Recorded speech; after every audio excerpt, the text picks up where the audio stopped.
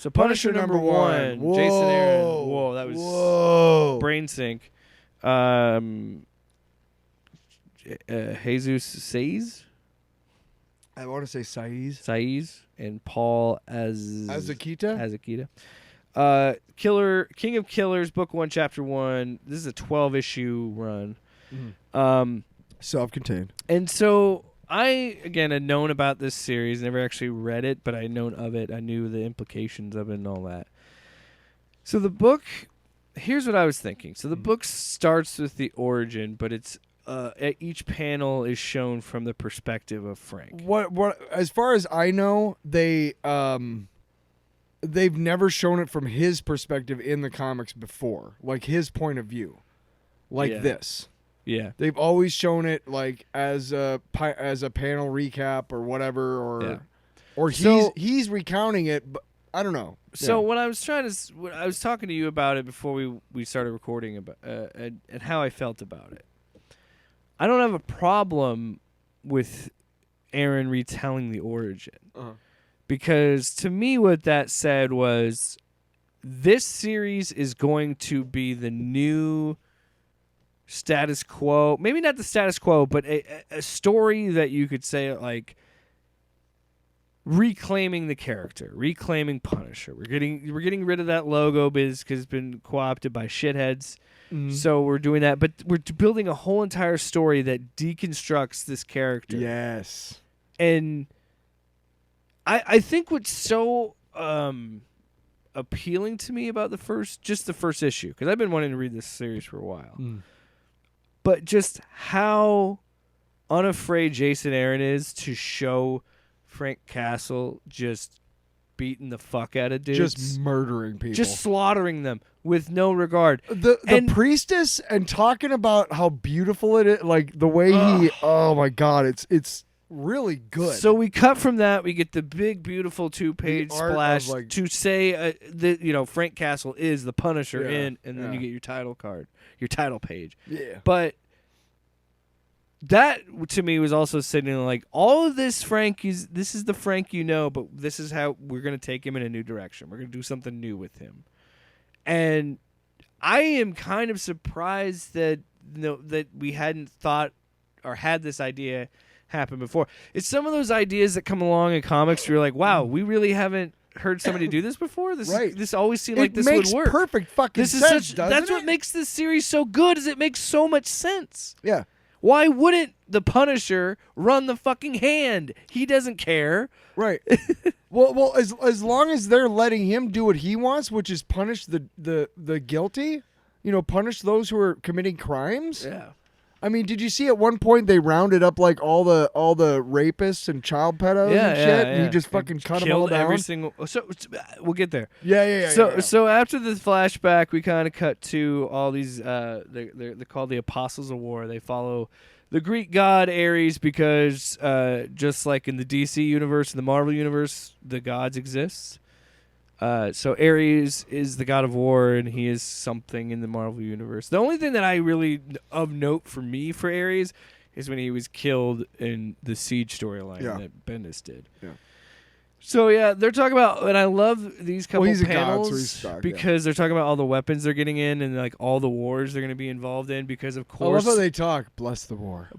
Oh my God. The way they talk is just like they're fucking dorks. That's what I love about it. They're all wearing fucking helmets and suits. Blessed be these 18 cases of Shi'ar sniper rifles with their 1 free month of drone-based targeting services. Yes. Blessed to be these 5,000 rounds of adamantium-tipped bullets. Blessed be these 20 cases of assault scatter guns with PIM particle shot. Like, I love that they're like, Aaron is just like making these silly little in-jokes about like, oh, these guns are like Hulks. You're like little fucking Hulk guns. Sure, why not? It's the Marvel universe. Dude, he fucking had so much fun with this. So they're all, and that's what's so funny is they're talking about blessed be the war, blessed be the followers of Ares and all that shit, and they're getting involved in all the wars or all the conflicts going around the globe, which would make sense. Of course, the god of war would be involved with that. Yeah, because he's a dick. Yeah, and he wants war. Turn on the lights, turn off the lights. Frank kills all of them with ease, and I love it where he's like, he cuts. He says you can try it, and he goes for the gun. He runs by, cuts the guy's throat, but doesn't kill him. Mm-mm. He's like, I'm still getting used to it. Turns around, stabs him through the heart. And again, it's visceral. It's violent. And then I think in that moment, already in the book, I'm like, wait a minute. Because I was with him for a while. And then I'm like, wait.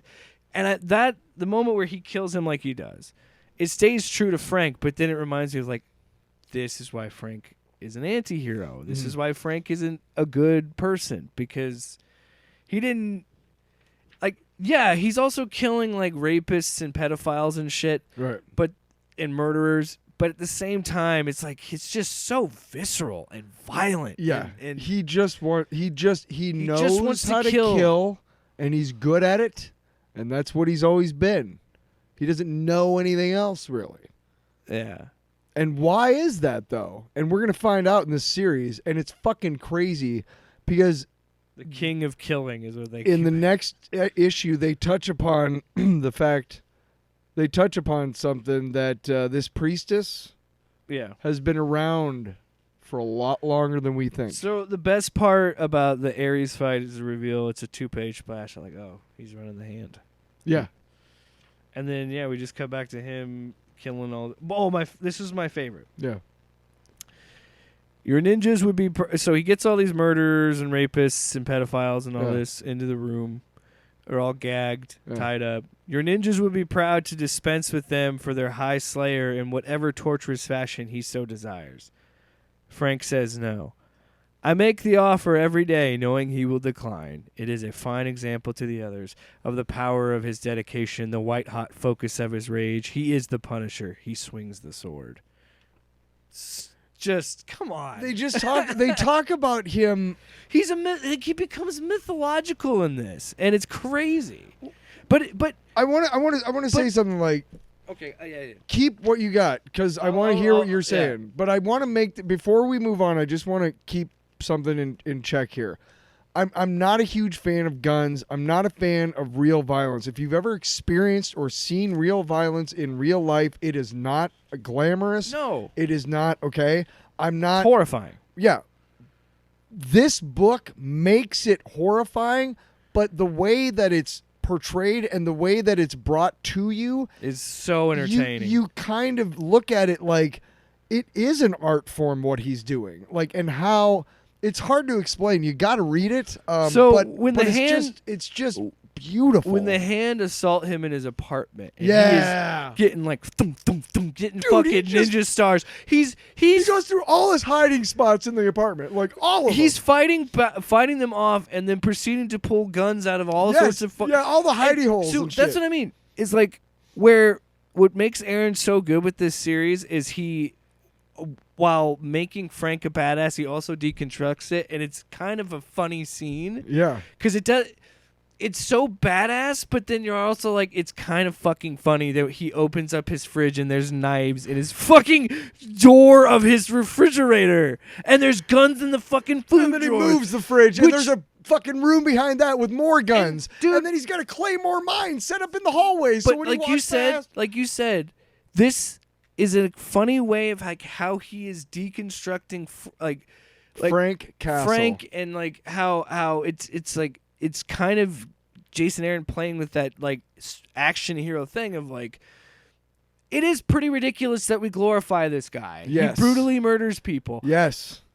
But then you can't take him too seriously when it's like, he's the Punisher. He swings his sword and he's got fucking knives in his fridge and got C4. He just has C4 lying around and he blows up parts of his house. Yes. Have you ever seen? Fucking awesome. Have you ever seen The Heat with Sandra? No, Bullock? I haven't. You didn't? No. Shit. Okay. Well, there's a scene. There's a scene where Sandra Bullock goes into Melissa McCarthy's apartment. And she's like, "You live here? You don't lock the door?" And she's like, "Well, because they know I got this." And she opens her fridge, and it's like her apartment is not an apartment. It's literally like an office with guns, and it's absurd. It's absurdity. Yeah. And there are people in this world who glorify that shit and go like, "Oh, that's fucking awesome!" Like that's not awesome. That's psychosis. That person needs mental help immediately. Yeah. That person does not need access to any firearms whatsoever. Okay. Yeah. So that's why it's funny, but it's also like, because I grew up being one of those people who were like, oh, Punisher's fucking cool. Not like cops think the fucking Punisher's cool, but because he was cool. He was just a badass who just, I don't know, he was always shooting shit up. I don't know what her fascination is with it. I don't fucking know.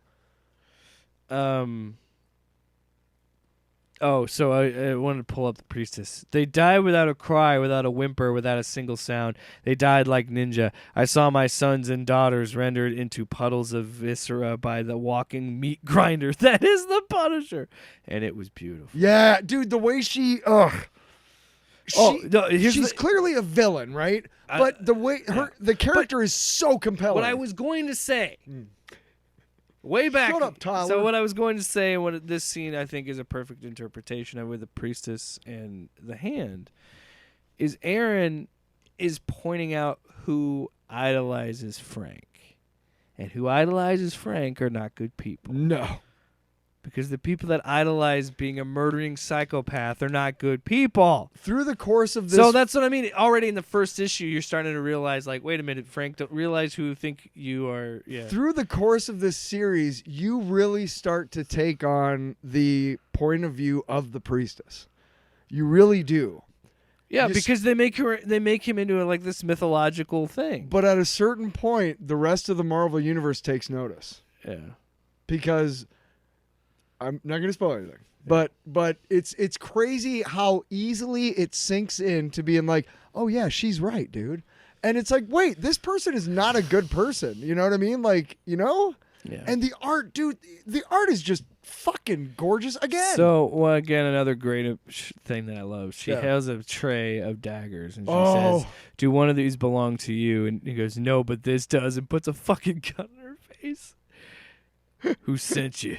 Like, it's just like, that's such a stupid. And again, he's an action hero. The daggers come back, yeah. Oh my God. And he's saying this while all these fucking ninja stars are sticking out of him too. Yeah, like it's of course. it's just amazing. Yeah. And then Maria's back. They brought her wife back from the dead. Brought his wife, yeah. So yeah, good stuff. Good stuff. Yeah. When are you gonna read a DC book?